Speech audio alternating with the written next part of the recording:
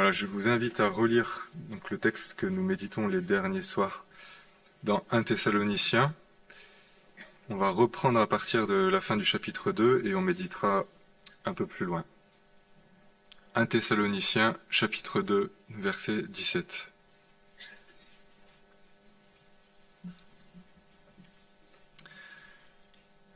Pour nous, frères, séparés de vous pour un temps par la vue mais non par le cœur, nous avons cherché avec d'autant plus d'empressement à satisfaire notre vif désir de revoir votre visage. Aussi nous avons voulu venir jusqu'à vous, du moins moi, Paul, à 1 ou 2 reprises, mais Satan nous en a empêchés. Qui donc est en effet notre espérance, notre joie, notre couronne de gloire? N'est-ce pas vous aussi, devant notre Seigneur Jésus, à son avènement? Oui, vous êtes notre gloire et notre joie. Aussi, n'y tenant plus, nous avons trouvé bon de rester seuls à Athènes, et nous avons envoyé Timothée, notre frère, ouvrier avec Dieu pour l'évangile du Christ, afin de vous affermir et de vous exhorter dans l'intérêt de votre foi, pour que personne ne soit ébranlé dans les tribulations présentes. Car vous le savez vous-même, c'est à cela que nous sommes destinés. Lorsque nous étions près de vous, nous vous disions d'avance que nous aurions des tribulations. C'est ce qui est arrivé, vous le savez. C'est pourquoi, n'y tenant plus, j'envoyai Timothée s'informer de votre foi, dans la crainte que le tentateur ne vous ait tenté et que notre travail ne soit réduit à néant. Et donc on méditera surtout à partir de maintenant du verset 6. Mais Timothée vient de nous arriver de chez vous. Il nous a donné de bonnes nouvelles de votre foi, de votre amour, du bon souvenir que vous gardez toujours de nous et de votre désir de nous revoir, désir pareil au nôtre. Ainsi, au milieu de toutes nos calamités et de nos tribulations, frères, nous avons trouvé notre consolation à votre égard dans votre foi. Et j'ai relevé d'autres traductions qui sont, je trouve, plus parlantes, où il dit « Vous avez été pour nous par votre foi un sujet de consolation » où, au milieu de tout notre désarroi et de notre détresse, frères, nous avons puisé de l'encouragement en vous grâce à votre foi. Maintenant, nous vivons puisque vous demeurez fermes dans le Seigneur. Quelles actions de grâce nous pouvons rendre à Dieu à votre sujet pour toute la joie dont nous nous réjouissons à cause de vous devant notre Dieu. Nuit et jour, nous lui adressons de très instantes supplications afin de voir votre visage et de suppléer à ce qui manque à votre foi. Et j'aimerais ajouter quelques lectures. Il y a 3 proverbes que je cite et qui sont un peu répartis dans l'ensemble du livre, où il est dit « L'inquiétude dans le cœur de l'homme l'abat, mais une bonne parole le réjouit. » Il est aussi dit « Un cœur joyeux est un bon remède, mais un esprit abattu dessèche les eaux. » Et puis, de l'eau fraîche pour une personne fatiguée, telle est une bonne nouvelle venant d'une terre lointaine. Et d'autres textes du Nouveau Testament, d'abord dans 2 Timothée, chapitre 2,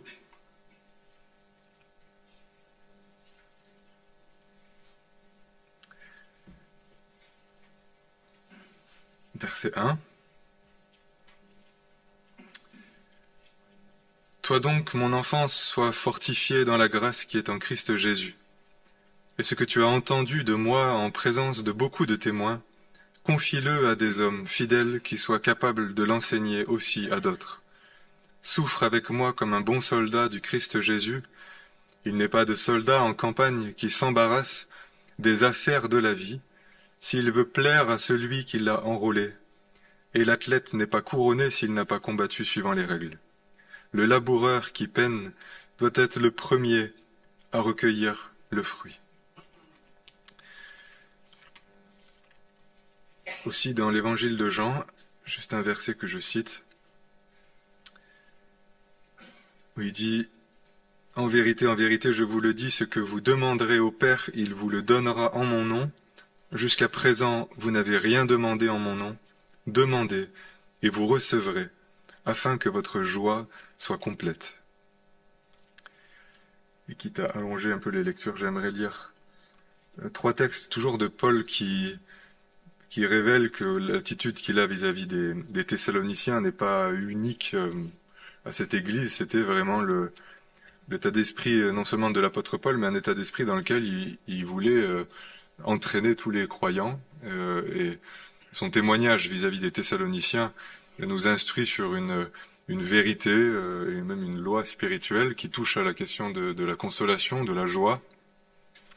Et on sent qu'il tire de son attitude et de son modèle une instruction pour toute l'Église, et c'est comme ça qu'on peut se l'approprier, même si on n'est pas des apôtres Paul. Je lis donc 2 Corinthiens chapitre 1 verset 3.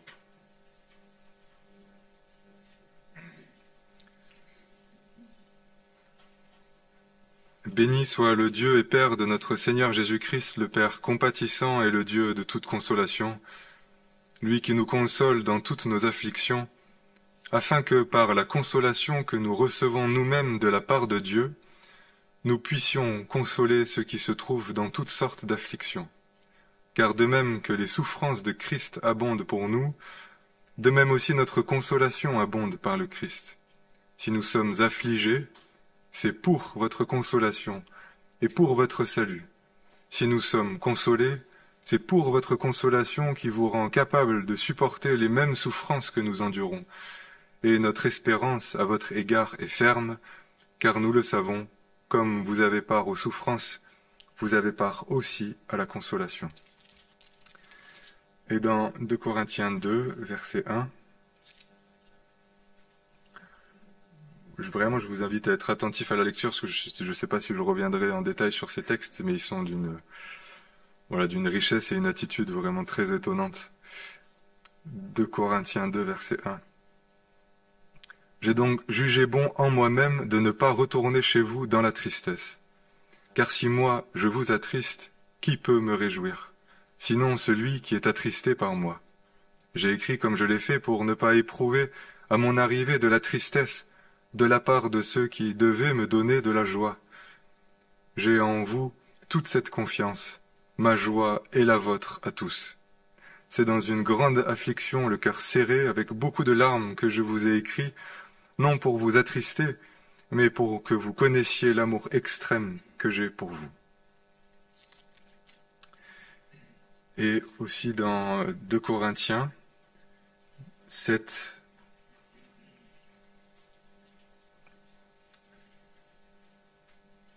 verset 3.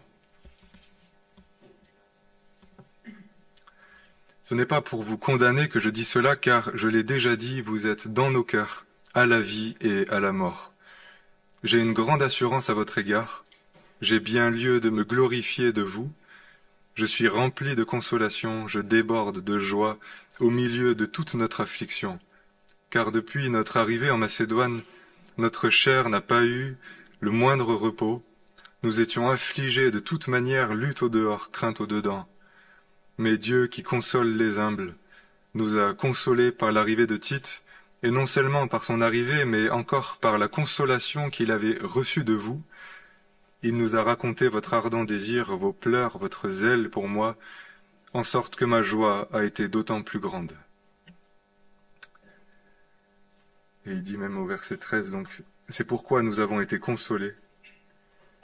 Mais outre notre consolation, nous avons été réjouis beaucoup plus encore par la joie de Tite, dont l'esprit a été tranquillisé par vous tous. Et un dernier texte, encore à d'autres églises, donc des Philippiens, chapitre 2, verset 19.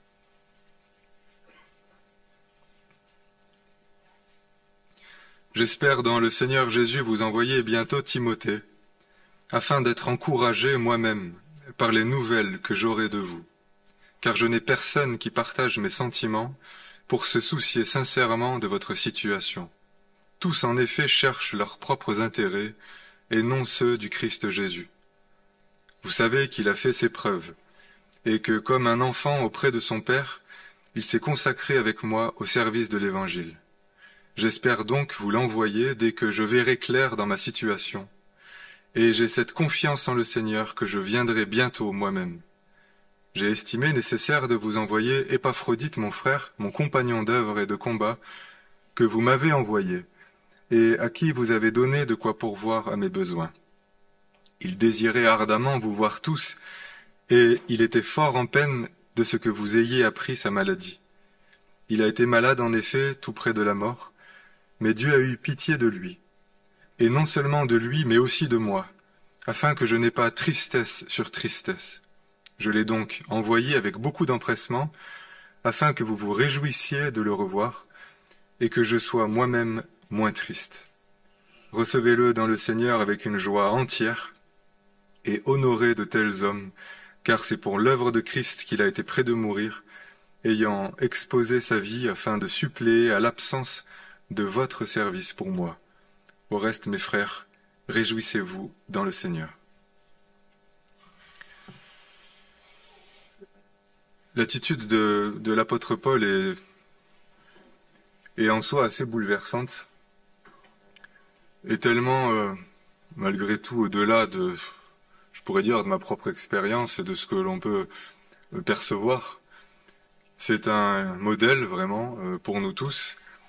Et ce modèle est tellement, je dirais, fort de par l'amour qu'il exprime et qu'il a manifesté, que je reconnais, mettre comme, je dirais, casser un peu les dents dessus pour essayer de comprendre un tel amour. Et avec toujours le sentiment que cet amour n'est pas à comprendre, n'est pas à déchiffrer, n'est pas à analyser, mais à recevoir et à imiter, et pour, disons que cet amour, en fait, nous presse à notre tour. L'apôtre Paul parle d'une manière aux Thessaloniciens où je ne sais pas si, même parmi nous, les amis les plus proches ont parfois osé se parler de cette manière. Il aimait les Thessaloniciens. Il dit un peu plus haut, on l'avait lu et un tout petit peu médité, mais il dit « Nous avons été pleins de douceur au milieu de vous, comme une mère prend soin de ses enfants, nous aurions voulu, dans notre tendresse pour vous, vous donner non seulement l'évangile de Dieu, mais encore nos propres vies, tant vous nous étiez devenus chers. » Donc il aimait les Thessaloniciens et il leur disait, sans la pudeur qui nous freine souvent, et j'ai parfois observé que la pudeur est quand même un vrai blocage parce que ce qu'on ne dit pas, on finit par ne plus l'éprouver à force peut-être de le freiner. Et craignant, ça dépend des tempéraments, mais moi je crains, disons, je suis de ceux qui ne croient pas trop dans leurs propres sentiments, à tel point que je suis comme surpris moi-même quand d'un coup je sens que bah si, en fait je l'aime. Et donc quand d'un coup je suis surpris par les larmes ou une émotion que je suspectais pas, c'est comme si c'était une preuve, bah oui quand même en fait, voilà, je suis quand même un peu... Parce que je sais pas, j'ai tellement peut-être peur de me tromper moi-même et de tromper les autres que j'en viens à douter excessivement, mais j'ai appris que ce doute excessif qui peut finir par me freiner, qui fait que j'ose même plus dire ce que je pense et ce que je ressens, n'est pas bon parce qu'en fait il peut finir par être un obstacle à l'amour, à force de pas l'exprimer, et peut-être de pas le recevoir. Il y a quelque chose en nous qui se durcit, qui se blinde, qui fait que on dit plus grand-chose et on reçoit plus grand-chose dans une forme de self-control sur nos émotions, qui fait que ça atteint une sorte de moyenne générale. Il n'y a plus ni joie ni tristesse, mais ça va, comme on dit. L'apôtre Paul, quand on le lit, semblait être un homme émotif. Pourtant, je pense qu'on reconnaît dans son autorité, dans sa fermeté, que c'était pas, je dirais, un homme. C'était un homme, quoi, si je puis dire, avec toute la virilité qu'il fallait manifester quand il fallait la manifester. Mais il était sujet à des émotions très fortes, et en le lisant, je me suis dit, c'est comme s'il n'avait pas cette espèce de réserve dans laquelle on peut puiser quand on est triste et qui fait qu'on l'est pas vraiment.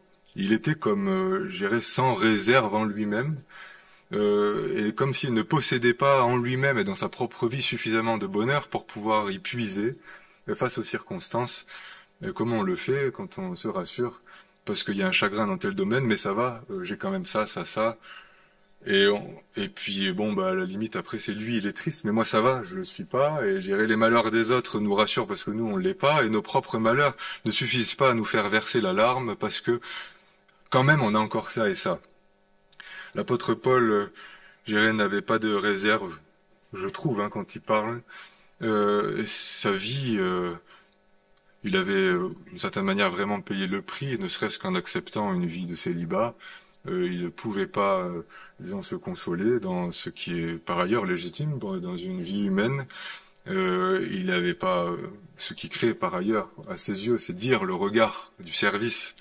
Bien sûr qu'il sait que ça crée des joies légitimes, mais il déconseillait à plusieurs qui n'étaient pas mariés, éventuellement de pas se marier pour pas qu'ils aient des tribulations dans la chair, c'est-à-dire des tribulations qui sont tout à fait humaines. Donc il n'avait pas ce genre peut-être de tribulation-là, mais il n'avait pas non plus le lot de consolation. Toute la vie de l'apôtre Paul, en fait, était son service, était les églises. Et quand une église allait mal, il en avait le souci et les larmes, et quand elle allait bien, eh bien, il s'en réjouissait. Et on l'a entendu, donc, il était dans un souci pour cette très jeune église qu'il avait fondée, il semblerait, donc en quelques semaines, dans un contexte de grande persécution, et qu'il a ensuite plus vu. Il était inquiet pour cette église comme on est inquiet pour un enfant qui trop tôt se retrouverait livré dans la jungle, parce que le monde et la vie spirituelle est remplie d'obstacles propres à décourager et faire tomber. Et il n'y a pas besoin d'analyser beaucoup plus les sentiments de l'apôtre Paul que de comprendre que ce sont ceux d'un père. Et il prend ces deux images et dit: je suis pour vous comme une mère, je suis pour vous comme un père. Donc il cumulait dans son cœur l'amour d'un père et d'une mère, c'est-à-dire en fait l'amour du Seigneur qui est parfait. On a généralement, malheureusement, besoin des deux dans un foyer. C'est ce qui crée peut-être le désarroi des enfants quand on a que l'un ou que l'autre. Ben, il manque malgré tout à cette plénitude de l'amour parental. Mais dans l'amour de Dieu, il y a tout. Et ceux qui en sont inspirés peuvent quand même communiquer quelque chose. Et Paul était animé de cet amour total et parfait pour les Thessaloniciens. Et donc il souffrait pour eux et il se réjouit pour eux. Et une des premières choses qui m'a frappé, qui m'a un peu sauté aux yeux, je me suis dit: mais s'il y a malgré tout si peu de joie et parfois si peu de tristesse, mais peut-être en fait une piété si morne, c'est tout simplement que l'on refuse de souffrir. Parce que si on refuse de souffrir pour les autres, disons, c'est un obstacle qui se lève immédiatement, à partir duquel il peut plus y avoir de service, il peut plus y avoir de participation à l'œuvre de Dieu. Il faut accepter de combattre selon les règles. Et combattre selon les règles, c'est si nous sommes appelés au service de Dieu, ben on accepte de souffrir. Et si on refuse de souffrir, on n'aura pas non plus part à la joie de la récolte, et on n'aura pas non plus part à la consolation. Et la vie de l'apôtre Paul était entièrement tournée vers les autres, vers ceux qui l'avaient conduit à la vie, vers les chrétiens, et il acceptait que sa vie soit une vie de souffrance permanente, de danger permanent. Je ne sais pas si voilà, on imagine son confort, tout était en permanence menacé. La seule raison, c'était l'œuvre de Dieu, c'était les chrétiens, c'était ceux au service duquel il était. Et il y a, je pense, une forme d'égocentrisme quand même, d'égoïsme qui fait que ne compte en définitive que nos petits plaisirs, nos petits bonheurs. Et j'irais, pour nous, le but est d'arriver quand même à voir, voilà, sa petite maison et sa petite femme et son petit chien éventuellement. Et si on a ça, c'est, voilà, on est arrivé au but de la vie. Euh, et on va refuser tout ce qui pourrait y faire entrave, et on va pas se laisser encombrer par toutes sortes de soucis.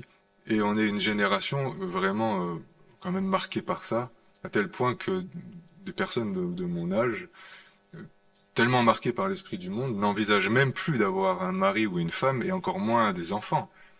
Avec cette réflexion, mais avoir des enfants, c'est quand même contraignant, parce qu'ensuite, voilà, les nuits, et puis ensuite, on peut plus partir comme on veut, etc. Donc l'enfant devient une sorte de projet tout à fait réfléchi quand les deux individus ont considéré leurs propres intérêts et qu'on estime que arriver à tel endroit de sa carrière, c'est quand même peut-être envisageable. Et il faut absolument que les intérêts des uns et des autres soient ménagés. Et à ce moment-là, l'enfant vient, mais il a certainement pas intérêt à menacer les intérêts. Il naît, disons, il est le projet de toute une sorte de convoitise, et il doit venir décorer tout ce bonheur. Mais il y a dans l'envie même d'avoir l'enfant, le refus que cet enfant crée des souffrances qui sont inhérentes à toute éducation. C'est quand même vraiment, voilà, notre génération et ce qui se manifeste dans la vie naturelle, dans la vie humaine. et qui peut venir même faire obstacle à ce qui est un instinct chez le père ou la mère, chez l'homme ou la femme, et qui ont peut-être la grâce de l'assouvir, eh bien est d'emblée refusé par égoïsme, égocentrisme, et on comprend même pas l'intérêt aujourd'hui. Voilà, je force pas le trait, vraiment. Et cela, évidemment, se manifeste dans l'œuvre de Dieu, tout ce qui pourrait venir voilà, nous contrarier nos plans.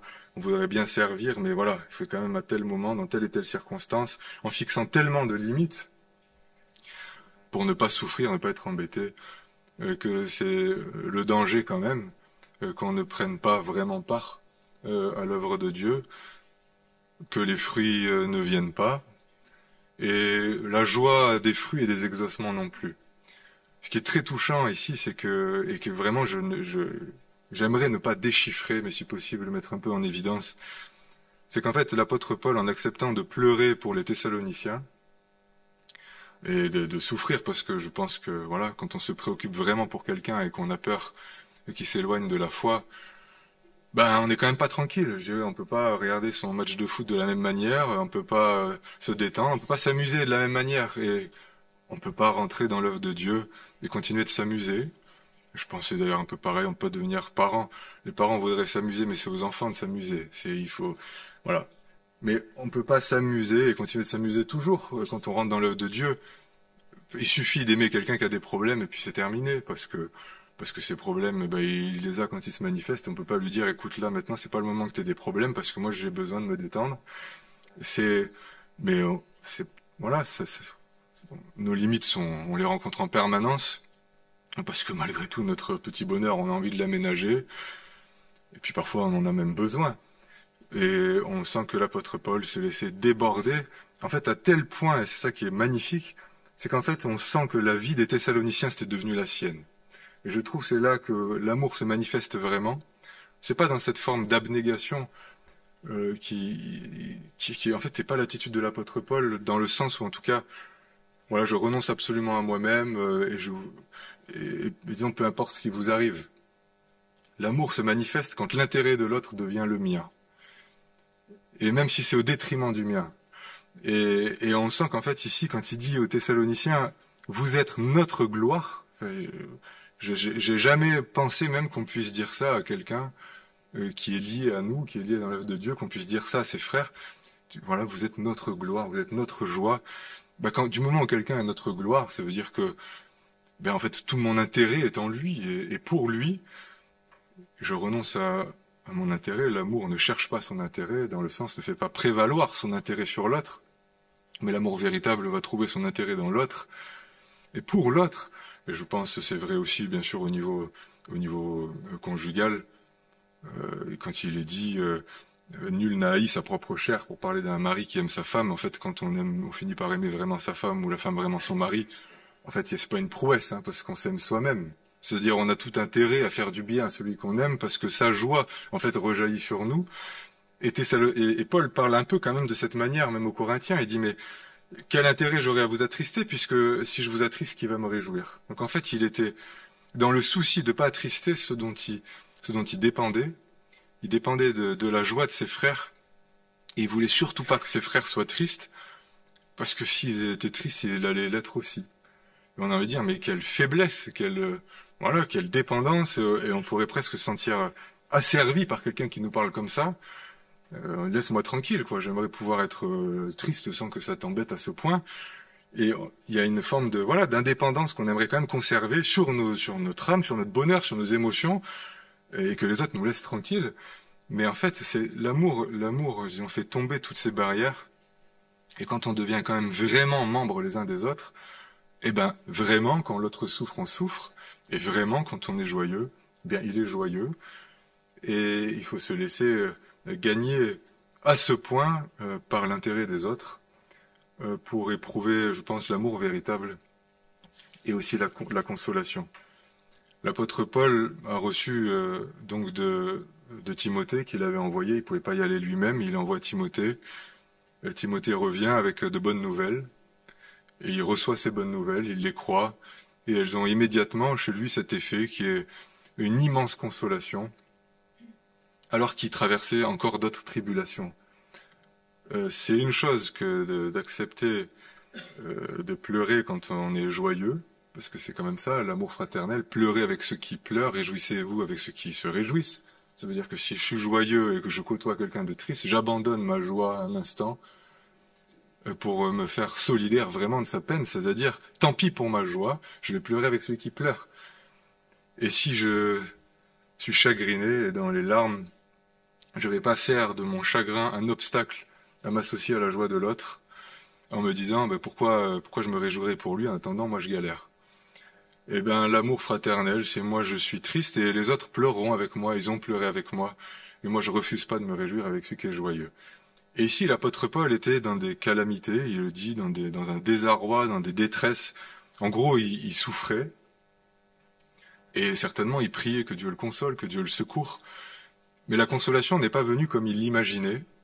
Et quand on pense à la consolation, souvent, c'est qu'en fait, on nous rende ce qui nous manque, qu'on nous donne ce dont on a besoin, à nos yeux. Et on voit ici qu'on peut souffrir pour une cause et être consolé par une autre. Et si vous voulez, c'est ça, voilà, qui m'a vraiment marqué le plus. On peut souffrir pour une cause, et là, en plus, c'était quand même la cause de l'œuvre de Dieu. Et les calamités dans lesquelles ils étaient, étaient encore. Mais l'apôtre Paul a été consolé par autre chose, il a été consolé par des bonnes nouvelles qui venaient de la part de ceux qui l'aimaient. Et c'était comme un fruit de l'amour. Être consolé finalement par les bonnes nouvelles qui nous viennent de ceux qu'on aime est un fruit magnifique de l'amour.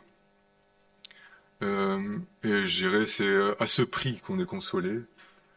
On le voit, la consolation chrétienne, la consolation du Saint-Esprit, la consolation, elle est donnée au corps, elle est comme véhiculée dans le corps, elle passe d'un membre à l'autre, du moment où les membres acceptent d'être solidement unis les uns aux autres. Et quand on est solidement unis, disons, on choisit pas si on accepte de se réjouir ou de pleurer, il y a une forme d'unité profonde qui fait que quand la consolation passe, elle passe pour nous aussi. Et quand la tristesse passe, elle passe au travers de nous. C'est un peu, là, si vous voulez, la vie du corps et des membres du corps humain. Et l'apôtre Paul a accepté d'avoir part aux souffrances et même des souffrances pour eux. Il a été consolé par eux. C'est quelque chose d'absolument magnifique. Et il a accepté quelque chose qui est quand même pas si facile. C'est quand on est éprouvé et que l'épreuve demeure, que les problèmes demeurent. Accepter malgré tout de se réjouir pour autre chose. Et quand même, je crois le chrétien a toujours dans son cœur des raisons à la fois de pleurer et des raisons de se réjouir. Eh bien, on peut faire les deux devant Dieu et presque dans une même journée. Et les deux seront sincères, pourvu que ce soit vécu devant Dieu. On a tendance, dans nos tempéraments, à se dire, tant que ça n'est pas réglé, moi, je vois pas d'occasion de me réjouir, parce que ce serait être un peu léger, ce serait être un peu naïf, ce serait être inconséquent. Et on sait que ça quand même existe dans le milieu religieux. On décrit un problème. Maintenant qu'on l'a décrit, on peut le mettre dans le tiroir et puis on passe à autre chose. Parce que quand même, c'est pénible de voir des problèmes, surtout des problèmes pour lesquels on n'a pas de solution. Et donc, devant des problèmes insolubles, on zappe et on passe à autre chose. C'est la réaction humaine, c'est pas la piété. La piété, c'est on voit le problème, ce problème nous déchire, on sait pas comment y répondre, on crie à Dieu, on supplie, on pleure si nécessaire, mais vient la bonne nouvelle, et cette bonne nouvelle va nous réjouir et va nous conduire à rendre grâce à Dieu. Et comme je disais, peut-être dans la même journée, je crois plus on se livre au Seigneur et à ses frères, moins cette réserve, cette sorte de ressource qui en fait, je pense, un monde intérieur d'égocentrisme qui fait qu'en fait on se repaît de nos propres émotions et on se contente en fait de nos propres joies et pire peut-être de nos propres tristesses, parce qu'il y a une manière d'être attaché au chagrin en refusant d'être consolé, qui est compréhensible, qui est humaine, mais qui doit céder devant, on pourrait dire, les bonnes nouvelles, puisqu'on ne peut opposer aux bonnes nouvelles, surtout que les bonnes nouvelles, en fait, Dieu les donne pour nous consoler. On est parfois comme ça, console-moi, console-moi, console-moi, et on entend des bonnes nouvelles, des choses qui sont propres à nous consoler, à nous encourager, mais ça va plutôt nous énerver qu'autre chose. Mais intérieurement, je pense, le cœur du serviteur de Dieu est dans une forme de docilité, qui fait que tout ce que le Seigneur veut produire en lui, il va le produire, et si le Seigneur veut produire de la joie, au milieu des calamités, eh bien on acceptera que cette joie qui est un fruit du Saint-Esprit gagne notre cœur, au point qu'on offre des actions de grâce, même s'il faudra pleurer encore un peu après. Et Paul, en fait, il dit ça, il dit « Quelle action de grâce nous pouvons rendre à Dieu à votre sujet ?» Et dans la foulée, il dit « Nuit et jour, nous lui adressons de très instantes supplications, afin de voir votre visage et de suppléer à ce qui manque à votre foi. » Ça veut dire qu'en fait, il a reçu de très bonnes nouvelles de Timothée, mais ça ne voulait pas dire que tout allait bien, que tout était réglé, que c'était parfait.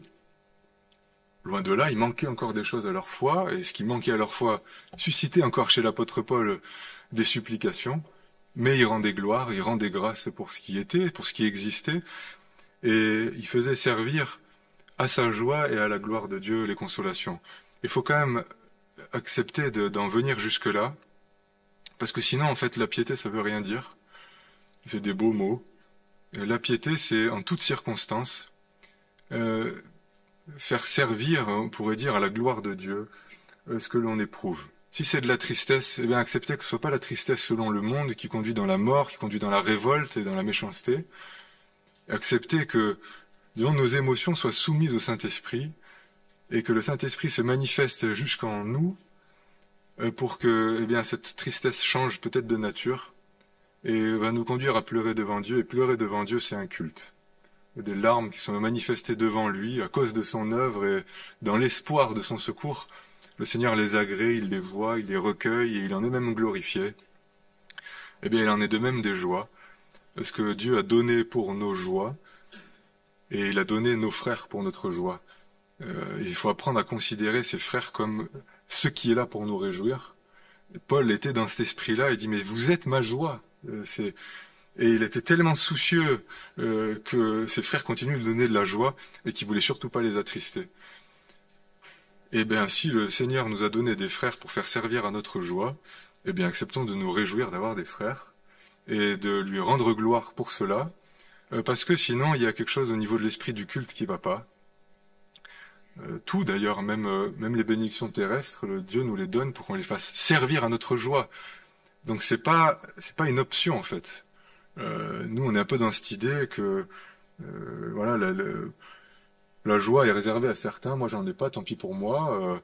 Et puis on verra bien quand ça viendra. La joie dans la parole, la joie du Seigneur, bien sûr, la joie de l'Esprit, la joie qui est liée à son royaume, n'est pas une option, c'est une exhortation. Surtout si Dieu donne des choses pour notre joie, il faut que celles-ci produisent dans nos cœurs la joie, la reconnaissance, l'adoration.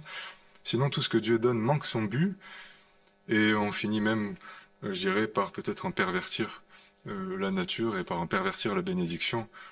Et faisons servir à notre joie et à l'adoration de notre Dieu tout ce qu'il donne, tous les exaucements, c'est le but. Il a dit, demandez des choses en mon nom, je vous les donnerai pour que vous soyez exaucés et que votre joie soit complète. Peut-être à ce titre, on peut souligner que malheureusement, on ne prend pas toujours la peine de reconnaître quand on est exaucé, de rendre grâce à Dieu pour ça, avec ses frères dans l'assemblée. Et c'est ce qui fait aussi parfois que les pasteurs sont un peu découragés, parce qu'ils prient avec certaines personnes, en disant les pasteurs sont souvent quand même là pour les problèmes.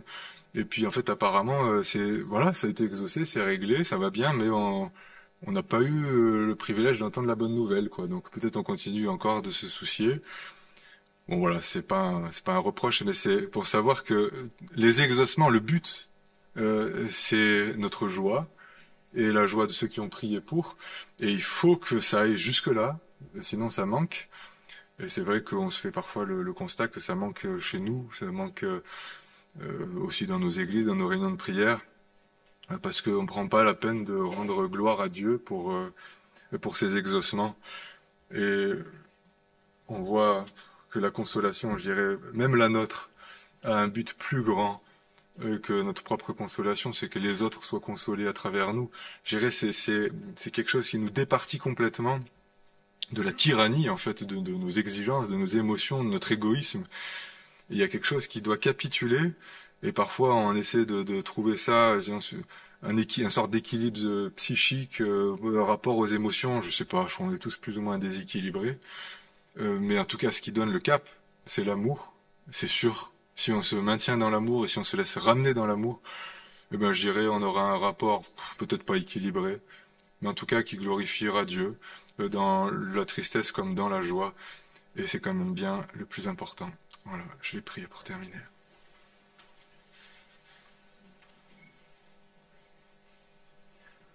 Seigneur, nous voulons apprendre à compter tes bienfaits pour te rendre gloire et accepter d'ouvrir les yeux pour discerner ton œuvre. Nous renonçons à nos propres regards pour nous soumettre au tien et nous ouvrir comme à nouveau à ton Saint-Esprit par lequel tu nous appelles à t'adorer.